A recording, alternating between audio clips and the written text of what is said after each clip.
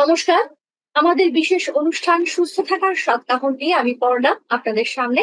আর আমাদের সঙ্গে এবারের এপিসোডে রয়েছেন বিশিষ্ট ডায়েটিশিয়ান মঞ্জুরি দে। মঞ্জুরি, স্বাগত জানাচ্ছি আপনাকে আমাদের এই অনুষ্ঠানে।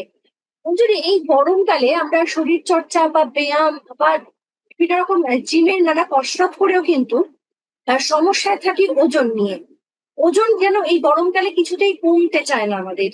এটা কেন হয়? এটা কি ডিহাইড্রেশনের জন্য হয় নাকি আমাদের কিছু ভুল খাদ্যাভ্যাসের জন্য হয়?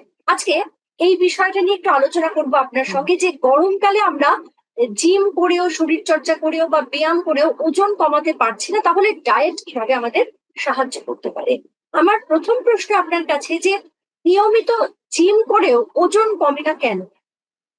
হ্যাঁ, জিম আমাদের কিন্তু যে আমরা যারা প্রত্যেকেই জিমের সাথে যুক্ত আছি, মানে তো আমরা জানি কি যে আমরা ওয়েট লস করতে যাচ্ছি বা মানে বেশিরভাগ লোকের এটাই ধারণা থাকে, কেউ কেউ আছে ওয়েট লস বা না নিজেকে ফিট রাখতেই যায় সেটা ভেবেই।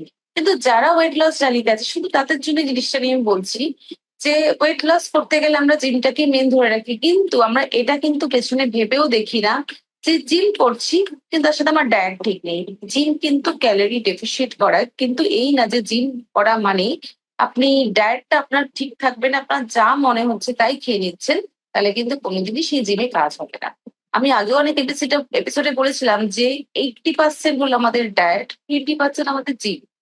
তো আমাদের ডায়েট যদি ঠিক না থাকে, আমাদের যতই আমরা জিম করি না কেন আমাদের কিন্তু কোনোদিনই ওয়েট লসের দিকে যেতে পারবো না। আপনি হয়তো জিম করছেন, খুব ভালোভাবে জিম টিম করে আসলে জিমে যাচ্ছেন, 300 থেকে 400 ক্যালোরি বার্ন করছেন, বাড়িতে আসছেন একটা বিরিয়ানি খেয়ে নিলেন, তাহলে হুম। আপনার পুরো সারা এই যে জিমটা করলেন পুরোটা কিন্তু একদম শেষ হয়ে গেল। এই ক্যালোরি ভুলটা কিন্তু ডেফিসিয়েন্ট মানে হলো না। 90% মানুষ করে থাকেন। হ্যাঁ, একদম। হ্যাঁ, মানে আমরা জিমটাকে ফোকাস করে থাকি, জিম করছি মানে ওয়েট করবো, কিন্তু জিম করছি মানে একদম। এই না যে জিমেরই ফোকাসটা ডায়েটটাকে আমাকে ঠিক রাখতে হবে, ক্যালোরিটাকে ডেফিসিট করাতে হবে। তো আমাদের যদি শুধু জিমেরই ফোকাস থাকে তাহলে কোনোদিনই কিন্তু কার ওয়েট লস হবে না। তার মানে শুধু জিম করলে, শুধু ব্যায়াম করলে বা শুধু শরীর চর্চা করলে কোনোভাবেই ওজন কমানো সম্ভব নয়। তার সঙ্গে প্রপার ডায়েটটা ভীষণভাবে জরুরি। এখানে প্রশ্ন, যে গরমে কোন ধরনের খাবার আমাদের ওজনটা কমাতে সাহায্য করে, বা কি এমন খাবো যাতে শরীর চর্চার পাশাপাশি সেটা আমাদের ডায়েটে অন্তর্ভুক্ত করতে পারবো? মানে এই গরমকালে আমাদের পাতে যদি প্রত্যেক দিনের মানে খুব হাইড্রেট ফুড গুলো থাকে, ফ্রুট বা ভেজিটেবল, যেমন শসা, তরমুজ, জাম, আর সবজির মধ্যে যেমন ধরুন ঝিঙ্গে, তারপরে পেঁপে, পটল, এই ধরনের যে হাইড্রেট ফুড গুলো আছে এগুলিতে প্রচুর পরিমাণে ফাইবার থাকে কিন্তু ক্যালোরি কম থাকে। তার জন্য কি হচ্ছে, আপনার ফাইবারও যাচ্ছে, ক্যালোরিটা বেশি যাচ্ছে না। তার জন্য কিন্তু এই মানে ফ্রুটস বা ভেজিটেবল গুলো এই গরমের জন্য কিন্তু খুব ভালো। তা গরমকালে কি শরীরে মেটাবলিজমে কোনো রকম প্রভাব পড়ে বা কোনো পরিবর্তন হয়? হ্যাঁ, একটু হয়। কি হয় আমাদের গরমকালে, যে আমরা খাবার খাচ্ছি বা আমাদের বডি কিন্তু চেষ্টা করে বডিটাকে ঠান্ডা রাখতে, চেষ্টা করে ঠান্ডা রাখতে বলতে যে খাবারটা খাই সেই খাবারটা এনার্জিটা বার্ন করায়, তারপরেই আমাদের তো এনার্জি দেয়। তো সেই খাবারটা খাচ্ছি, সেই খাবারের মধ্যে দিয়ে চেষ্টা করবে বডিটাকে আমাদের ঠান্ডা রাখতে, কিন্তু সেই সময় বডি বেশি খাবারটাকে বার্ন করার চেষ্টা করে। তো সেই সময় কিন্তু মেটাবলিজম অনেক ক্ষেত্রে একটু স্লো হয়ে যায়। অনেকে মনে করে যে তারপর কি হয়, প্রচন্ড টায়ার্ডনেস লাগে, গরম থেকে ফিরে এসে ঘুম ঠিক মতন হয় না, টায়ার্ডনেস ফিল হয়। তখন সেই সময় আমরা বসে পড়ি, হয়তো শরীর ঠিক মতন চলছে না, আমরা সেভাবে অ্যাক্টিভিটি করতে পারছি না, তখন কিন্তু মেটাবলিজম রেটটা একটু স্লো হচ্ছে। অনেকেই দেখেছি মঞ্জুরি, যে অতিরিক্ত ঘামেন। তো এই অতিরিক্ত ঘাম কি ওজন কমানোর প্রক্রিয়াকে কোনোভাবে প্রভাবিত করতে পারে? হ্যাঁ, এটা কিন্তু অনেকের খুব ভালো ধারণা, মানে একটা বাজে ধারণাই বলবো যে আচ্ছা। মানে ঘামছি মানে আমি তাড়াতাড়ি রোগা হয়ে যাবো, একদম না। ঘামটাকে থেকে কিন্তু আমাদের শরীর থেকে জল বেরোচ্ছে, ফ্যাট বেরোচ্ছে। হ্যাঁ, তা ঠিক। আমরা যে ঘামছি তাহলে আমাদের প্রচুর পরিমাণে জল খেতে হবে, নাহলে বডি তো ডিহাইড্রেট হয়ে যাবে।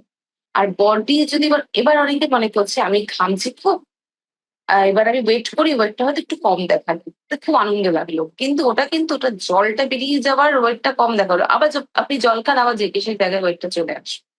তো এই করতে গিয়ে অনেক হয় না, বাবা জল বেশি খাবো না, আমার ওয়েটটা আবার বেড়ে যাবে।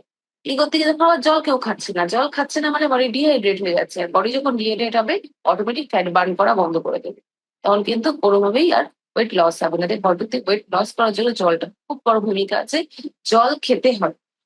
ঘামানো মানে এই না যে আপনার টক্সিন রিলিজ হয়ে গেল, ফ্যাটটা বাড়বে গেল। ঘামানো মানে এই যে আপনার জলটা শরীর থেকে বেরিয়ে যাচ্ছে। তার মানে জল কম খেলে কিন্তু ওজন বৃদ্ধির সম্ভাবনা রয়েছে, জল খেলে আপনার ওজন কমতে পারে, এই ইকুয়েশনটা মাথায় রাখতে হবে সবাইকে।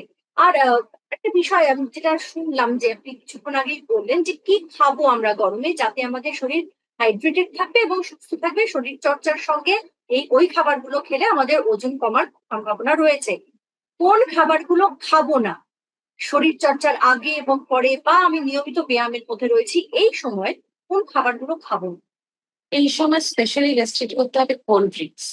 আচ্ছা। কোল্ড ড্রিঙ্কস, প্রসেসড যত ফুড আছে, চিনি জাতীয় খাবার, ময়দার খাবার, অতিরিক্ত স্পাইসি তেলের খাবার, এগুলো একদমই খাবেন না।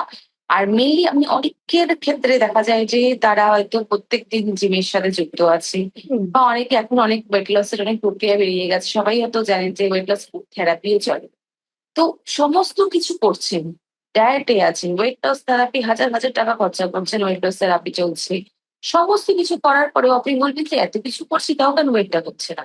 হ্যাঁ। কিন্তু কিছু কিছু ছোট ছোট জিনিস আপনি হয়তো এমন, আপনি তো নিজেও জানেন যে প্রসেস ফুড খেতে নেই, ময়দার খাবার খেতে নেই, চিনির খাবার খেতে নেই, সবই আপনি রেস্ট্রিক্ট করে দিয়েছেন, খাচ্ছেন না। এটা একটা ছোট্ট ভুল হয়তো এই গরমে, যেটা লোকে ঝট করে বুঝতেই পারে না। প্রত্যেকদিন হয়তো আপনি ফ্রিজের জলটা খাচ্ছেন, এই জিনিসটা তো লোকে ভাবে যে আমার এত গরম, গলার তৃষ্ণা মিটবে কি করে, আমি চাই একটু জল খাই। এই জল ফ্রিজের জল, জলই তো খাচ্ছি, আলটিমেটলি তো জল। কিন্তু জল না, ওটাও ফ্রিজের জল। ফ্রিজের জল কিন্তু প্রচন্ড ভাবে ওয়েটটা বাড়তে সাহায্য করে। তো এই ফ্রিজের জল খাওয়াটা কিন্তু যারা ওয়েট লস জার্নিতে আছে তারা বন্ধ করতে হবে, নাহলে আপনি ধরতেও পারবেন না কোথা থেকে ওয়েটটা আপনার স্টার্ট হয়ে আছে, মানে আপনার ওয়েটটা কমছেই। সেক্ষেত্রে ফ্রিজের জলটা মানে ফ্রিজের যে চিল্ড ওয়াটার যেটা, সেটা মিশিয়ে খেলেও কি ওই একই হ্যাঁ, সমস্যা হবে? মিশিয়ে বলতে হয়তো আপনি 1 গ্লাস জলের মধ্যে একটা ছোট্ট ছিপি জল মিশিয়ে খেলেন, হ্যাঁ। তাহলে কোনো অসুবিধা নেই। আচ্ছা। আপনি জাস্ট একটুখানি ওয়ার্ম করে নিলেন, একদম জলটা হয়তো খেতে পাচ্ছেন না, হ্যাঁ। নিচ্ছেন আপনার, তো জাস্ট একটু ওয়ার্ম করে নেওয়া। কিন্তু অনেকে আছে একদম ফ্রিজ থেকে বোতল বার ফ্রিজ করে থেকে টপ বের টপ করে। করে খেয়ে নিল, সেই জলটা কিন্তু সাংঘাতিক ভাবে ক্ষতি করছে ওয়েট লস প্রক্রিয়া। তো ইভেন ভীষণ সেই ইম্পর্টেন্ট জলটা শুধু কিন্তু। ওয়েট লস না, আপনার টনসিলের প্রবলেম করবে, আপনার খিদেটা মানে আসতে দেবে না, খিদের একটা সমস্যা দেখা দেবে, এই জিনিসটা কিন্তু ফলো করে দেখবে। এটা ভীষণ ইম্পর্টেন্ট তথ্য, কারণ গরমকালে আমরা মানে প্রায় 99% মানুষ ফ্রিজটা খুলি, বোতলটা বের করি, ঢক ঢক করে ঠান্ডা জলটা খেয়ে নিই, কিন্তু তার থেকে যে কি ধরনের সমস্যা আসতে পারে, বিশেষ করে যারা ওজন কমানোর একটা প্রক্রিয়ায় রয়েছে, হ্যাঁ, তাদের জন্য ভীষণ ইম্পর্টেন্ট এটা যে ফ্রিজের ঠান্ডা জলটাও কিন্তু আপনাদের জন্য মারাত্মক ক্ষতিকর। অবশ্যই সেটা আমরা কিন্তু অনেকেই জানতাম না। আহ এবার একটু আসবো যারা ওয়ার্কআউট করেন, নিয়মিত ওয়ার্কআউট করছেন, এই গরমের মধ্যেও তারা ধৈর্য নিয়ে ওয়ার্কআউট করছেন, তাদের জন্য কি ধরনের ডায়েট আপনি সাজেস্ট করবেন? হ্যাঁ, তারা অন্তত ওয়ার্কআউট করতে যাওয়ার আগে খেজুর, কলা, আপেল বা ব্ল্যাক কফি এগুলো খেয়ে যান, দেখবেন খুব এনার্জি পাবেন। কারণ এই সময় কি হয়, আমাদের প্রচন্ড এনার্জি, আমরা মানে শীতকালে উল্টো বরং এনার্জিটা ভালো পাওয়া যায়, গরমকালে এনার্জির প্রচুর ঘাটতি থাকে। এবার অনেক আছে খালি পেটেই চলে গেল, খালি পেটে কিন্তু জিম করাটা একদম ঠিক ঠিক না, গ্যাসও হয়ে যেতে পারে, তারপরে উল্টো আপনি আরো উইকনেস ফিল করবেন। একেই তো বডি ডিহাইড্রেট হয়ে থাকে, আপনি ওয়ার্কআউট করে আরো আপনার জলটা বেরিয়ে যাচ্ছে শরীর থেকে, তো আরো বেশি বডি ডিহাইড্রেটেড থেকে আপনি উইকনেস ফিল করবেন। তার জন্য ওয়ার্কআউটের আগে একটু খেজুর খান, ব্ল্যাক কফি খান বা কলা আপেল এরকম খেয়ে যান। আবার যখন করে আসবেন ওয়ার্কআউট হয়ে যাওয়ার পরে, তারপরে আপনি প্রথমে জল খেলেন, ওয়ার্কআউট চলাকালীন জল খেতে থাকবেন, তারপরে আপনি আসার পরে হয়তো ওয়ে প্রোটিন, মানে প্রোটিনটা তখন একটু বেশি খেতে হবে, ওয়ে আচ্ছা। প্রোটিন খান। বা তারপরে তার সাথে দুটো ডিমের সাদা অংশ হয়তো খেলেন, দুটো ডিমের। তারপরে বিভিন্ন রকম হয়তো স্মুদি বানিয়ে খেলেন বা ছাতুর ঘোল খেলেন, তখন প্রোটিন পরিমাণটা তখন বেশি দিতে হবে, লো কার্ব রাখতে হবে। তারপরে এই যে লো আপনি কার্ব। বললেন যে প্রোটিনটা বেশি খেতে হবে, এখন অনেক জিমে দেখা যায় ওনারা প্রোটিন বার বিক্রি করেন, বিভিন্ন কোম্পানির প্রোটিন বার বিক্রি করেন, এটা কতটা হেলদি?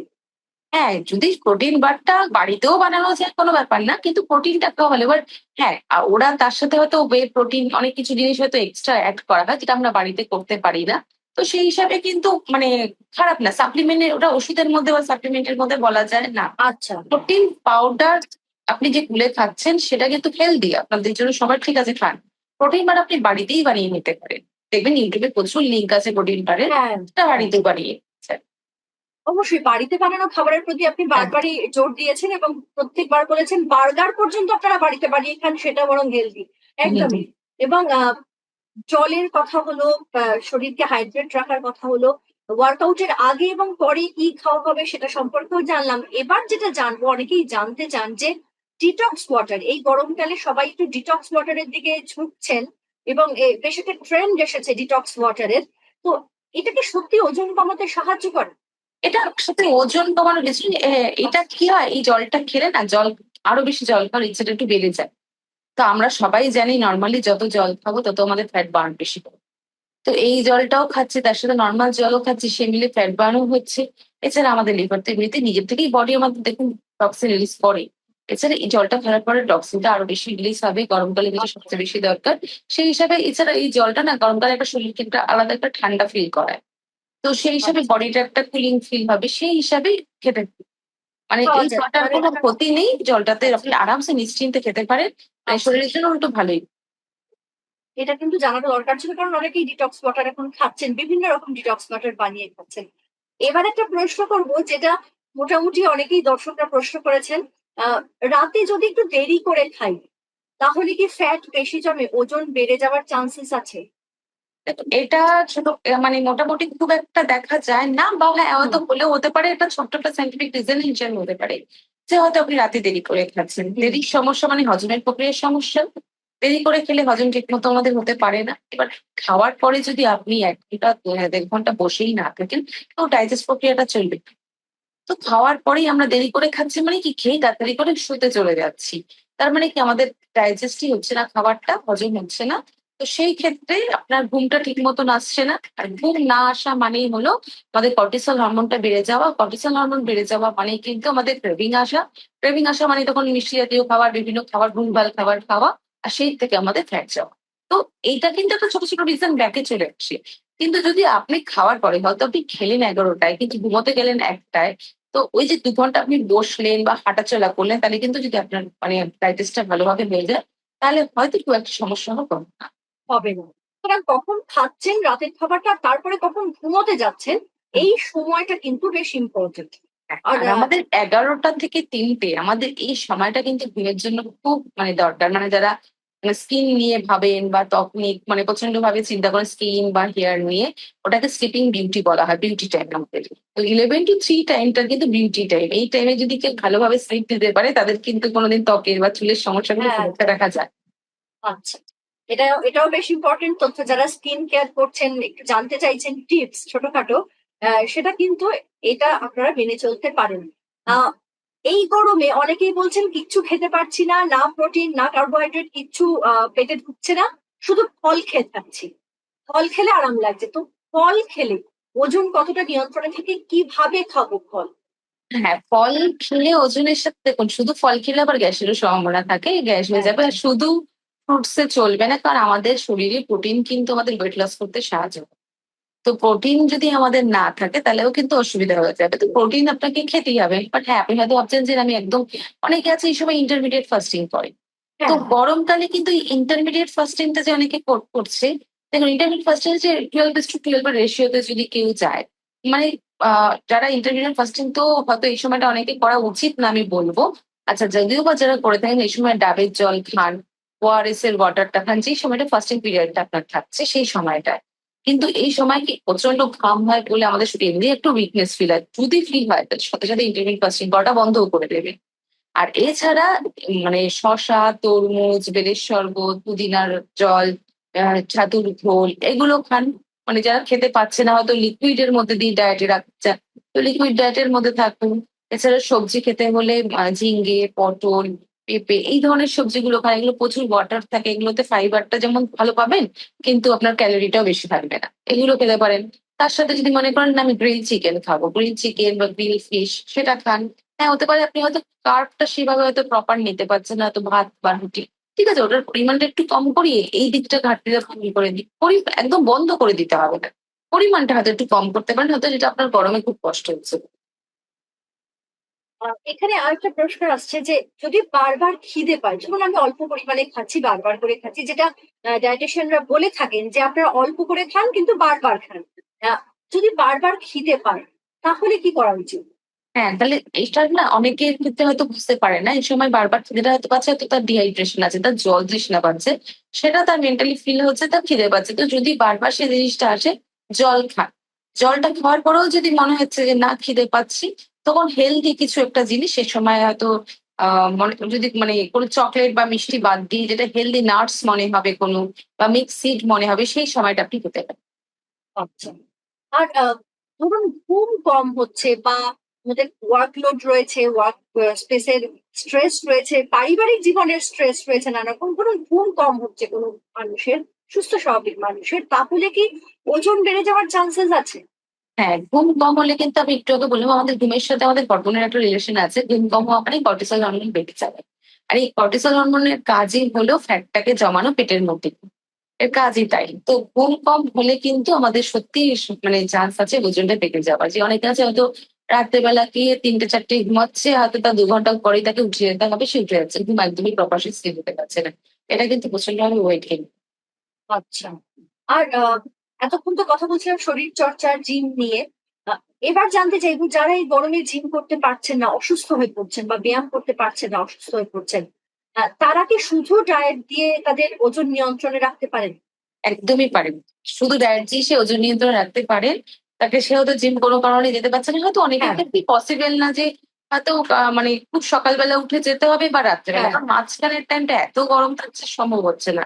তাহলে তাকে ডায়েটটা এমন করতে হবে যে ডায়েটের মধ্যে যেন ক্যালোরি ইয়েটা পরিমাণটা কম থাকে। আচ্ছা। আপনার আপনার মানে ওয়ার্কলোড মানে প্রত্যেক দিনের অ্যাক্টিভিটি লাইফে যত ক্যালোরি দরকার, অ্যাক্টিভিটি লাইফ যদি না থাকে তখন ক্যালোরি পরিমাণটা একটু কমিয়ে দিতে হবে। যদি আপনার চাহিদা অনুযায়ী ক্যালোরি না পায়, অটোমেটিক ও বডি সেটা স্টোর করবে না, ওয়েট গেইন হবে। আর আমরা সাধারণত দেখেছি থাইরয়েড বা হরমোনের সমস্যা যে রয়েছে যে সমস্ত মহিলার বা পুরুষের, সেক্ষেত্রে কিন্তু ওজনটা মানে যেমন হয়, যেটা কিছু না খেলেই যেন ওজন বাড়ছে এরকম মনে হয়, ভীষণ ভারী ফিল হয়, একটা টায়ার্ডনেস আসে ভীষণ। তো সেক্ষেত্রে কি ধরনের ডায়েট আপনি সাজেস্ট করবেন? সেক্ষেত্রে ফুললি মানে যাদের থাইরয়েডের সমস্যা থাকে তাদের ডায়েটিশিয়ানের সাথে ডায়েট মানে জেনে ডায়েটটা করাই মেনলি উচিত। কিন্তু মেনলি স্পেশালি বলবো মিল্ক প্রোডাক্ট, সোয়া ফুড, এই ধরনের সমস্ত রকমের জাঙ্ক ফুড টোটালি বন্ধ করে দেওয়া, প্রসেস ফুড, কোল্ড ড্রিঙ্কস, চিনি জাতীয় যত খাবার আছে বন্ধ করে দেওয়া, সোয়া প্রোটিন যেগুলো থাকে সেগুলো বন্ধ করে দেওয়া, এগুলো তো আচ্ছা। বন্ধ করতে হবে থাইরয়েড এই বিষয়গুলো মনে রাখলে তাহলে অবশ্যই যারা থাইরয়েডের রোগী এবং যারা হরমোনের সমস্যা রয়েছে, তারা নিজেদের ওজনটা কমাতে পারবেন, এবং হ্যাঁ, তার মানে সাথে সাথে থাইরয়েড আর হরমোনের সমস্যা যেমন এদের ক্ষেত্রে কি হয়, এরা হয়তো জিমে যাচ্ছে বা মেডিসিন চলছে, সব রকম প্রসেস করে এদের ওয়েটটা ঠিক মতন আনতে পারছে না, এর কিছুতেই কমতে চায় না, ওয়েটটা স্টাক লেভেলে চলে যায়। তো সেই ক্ষেত্রে ডায়েটটাও কিন্তু খুব মাস্ট। আপনি জিম করে যাচ্ছেন, সবকিছু করছেন, কিন্তু ডায়েটটা কিন্তু মাস্ট। হয়তো বাড়িতে এসে প্রচুর খেতে যাচ্ছে, ড্রিঙ্ক খাচ্ছেন, তাহলে কিন্তু হবে না। এখানে কিন্তু ডায়েটের মধ্যে আপনার অনেক কিছু থাইরয়েড পেশেন্টের জন্য বাদ চলে যায়। তো সেক্ষেত্রে ডায়েটিশিয়ানের সাথে কথা বলবে, ডায়েটিশিয়ান আপনাকে প্রপার ডায়েট চার্ট বা প্রপার ওয়েতে বলে দেবে। অবশ্যই একটু বিশেষজ্ঞের পরামর্শ দরকার, একজন ডায়েটিশিয়ানের পরামর্শ দরকার। সেক্ষেত্রে আপনারা অবশ্যই মঞ্জুরির সঙ্গে যোগাযোগ করতে পারেন, সুন্দর একটা ডায়েট চার্ট আপনারা পেয়ে যাবেন। অনেক ধন্যবাদ মঞ্জুরি, আমাদের সাথে কথা বলার জন্য। খুব গুরুত্বপূর্ণ তথ্য আজকে পেলাম আপনার কাছ থেকে। আজ আপাতত এইটুকুই। সুস্থ থাকার সাত কাহন আপনারা দেখতে পাবেন প্রত্যেক শনিবার ঠিক বিকেল 6টায়। নমস্কার।